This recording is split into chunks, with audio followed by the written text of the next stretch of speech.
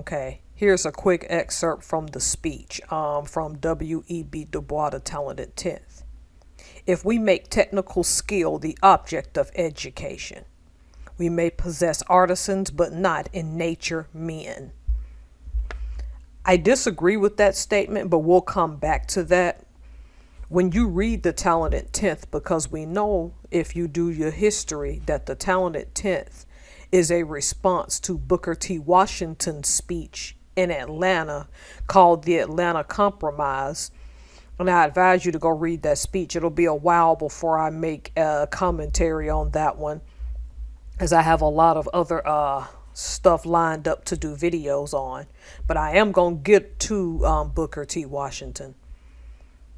It's without a doubt that the Atlanta Compromise, while Booker T. Washington was being realistic, that speech of its accommodating whites who didn't want to mix with blacks was very, very harmful, and it made Booker T. Washington post-slavery look as if he's playing into that submissive Tom role, what we call the Tom or Uncle Tom character.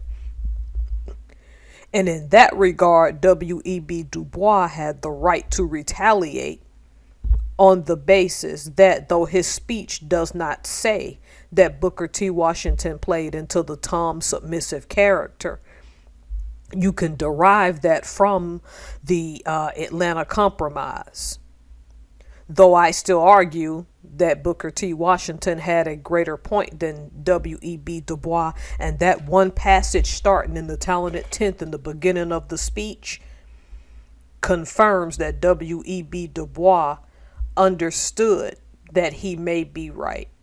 Because somewhere in this speech I remember him saying that it is noble for a man to work and do actual work. I'll read it again. If we make technical skill the object of education, we may possess artisans, but not in nature men. See, W.E.B. Dubois had to know that that ending part, but not in nature men, was a lie. Because even your poorest white man, and by then there were immigrants from China and Japan, your poorest men of all races in this country, that time up until now, have held blue-collar jobs. And this ideal that it is not in nature for men to thrive off of technical skill is not true. Even masters back in slavery lent their slaves out to certain plantation because their skills in carpentry and other things were so well that that skill carried them through. Not that a lot of slaves got money from that, but that valuable skill was enough to gain them some type of attention. This is not to condone slavery, so don't come after me about that.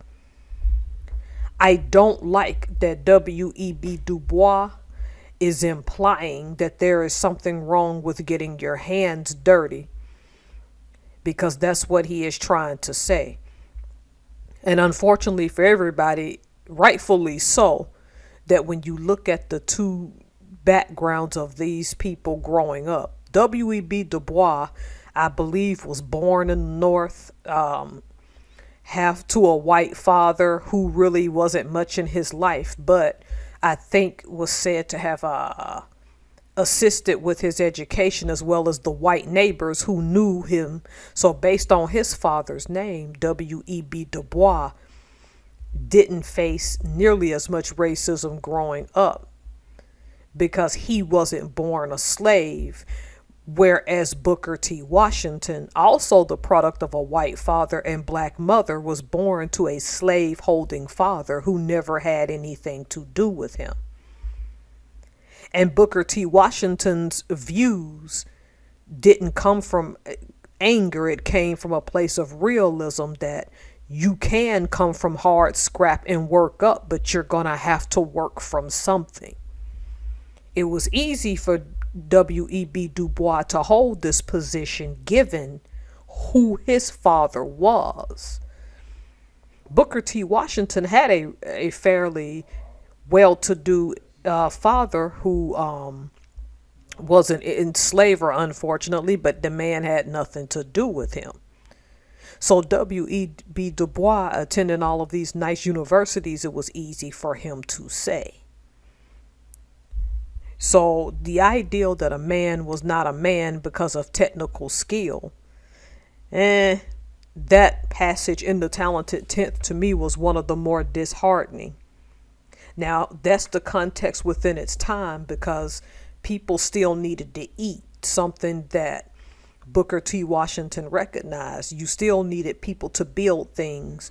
People still needed to put food on the table. If that, I know that makes sense to a lot of people.